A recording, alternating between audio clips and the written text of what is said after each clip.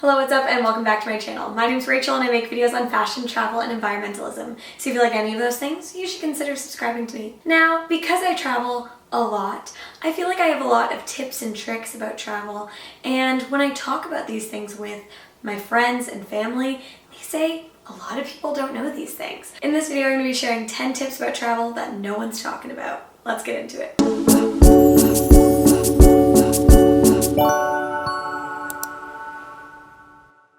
Here are my credentials. Here's a list of countries that I've currently traveled to. I'm also backpacking Central America in a couple weeks, so stay tuned for that content. But I've definitely picked up some things along the way. The first travel tip I want to talk about is not wearing flashy things. Now, I feel like people know this in the sense of they're not always going to wear like name brand designer clothing, but also this can go further of like, don't wear AirPods because they're really easy to steal and they kind of make you look like a target. I honestly, when I travel, I wear my like wired earphones if I need anything because those are not advantageous. No one's looking at me like they want to take them from me. Make sure that you're not looking too flashy. I like to wear very like simple clothes when I travel. Obviously you can still look cute, but you don't want to draw too much attention to yourself in terms of like flashy clothing or jewelry or even electronics. This is hard for me sometimes because I do vlog when I travel, but you need to know right places to take out your camera and right places to stay focused on your personal belongings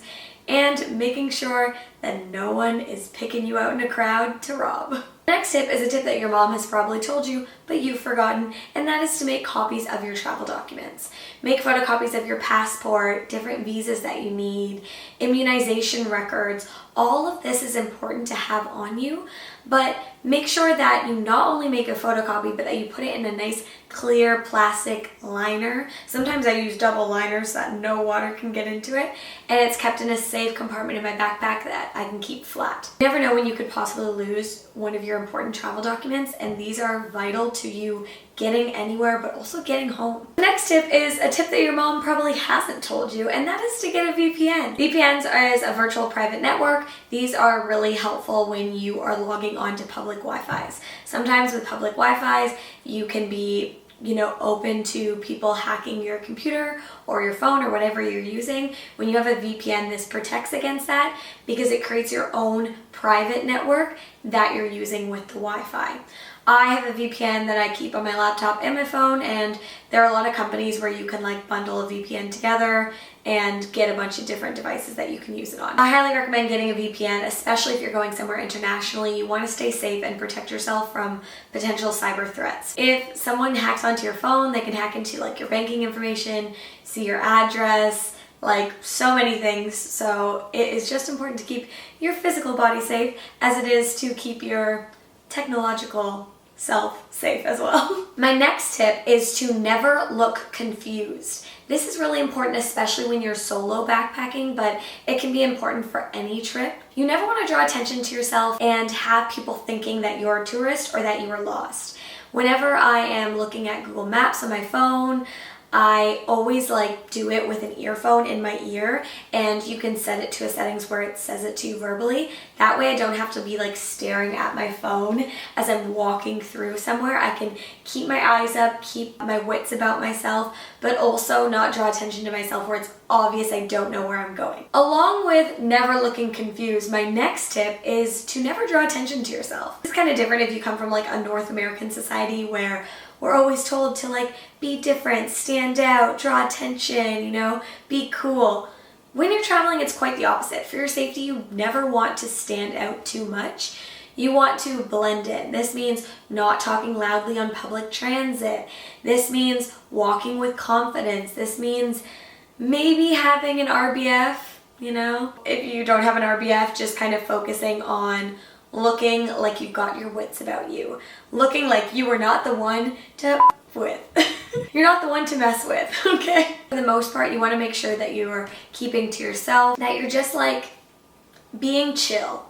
Be chill when you're traveling and you're in a big crowd. You do not want all eyes on you. This is not the time for that. The next tip would be to share your travel itinerary or your travel plans with friends or family. I briefly talked about this when I made my video all about how to plan a trip, but I like to use Google Docs because Google Docs is a live document that you can edit in real time and you can share with different people's emails. And I like to just make sure that people know where I am at any given time. Along with this, you can make sure that you're sharing your location services. This is an added protection because if your family does not hear from you at certain points in time where they know you should be XYZ, then they know that that's not right and something could be off. My next tip would be to be mindful of the clothing that you're wearing in different countries. Obviously, this comes with the research that you do for certain countries, but there are a lot of places where you're going to go that you need to be able to dress modestly, right? So this is going to come into play when you're thinking about what you're packing. A lot of places, like I was in Southeast Asia earlier this year,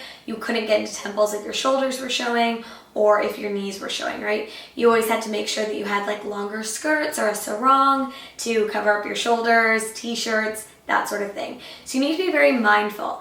And, you know, different places in the Middle East, you need to have some sort of head covering on, right? So make sure that you do your research before you go and you're always being respectful and mindful about the way that you're dressing. Along with being mindful of the way you're dressing, make sure you're mindful of comfort and the activities that you're doing. You don't want to be walking for hours and hours in flip-flops. You need to have a good amount of versatile footwear that's also comfortable and clothing that you can move and do activities in and that you're going to be comfortable in. My 8th tip would be to pack a towel. I recommend this on any trip because sometimes you go places and their towels are smelling not good. And sanitarily, if you just cleaned your nice body, you do not want to be putting your nice clean body on a dirty towel. I know I don't.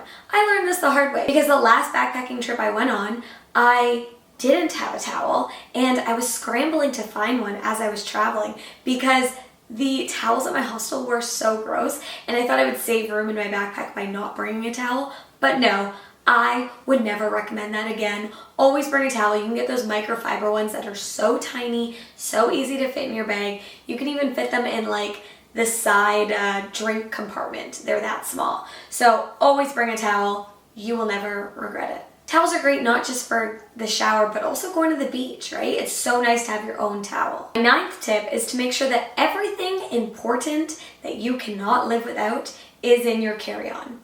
Now, this might be hard for the overpackers out there, and if it is, watch some of my packing videos. I will link them right here.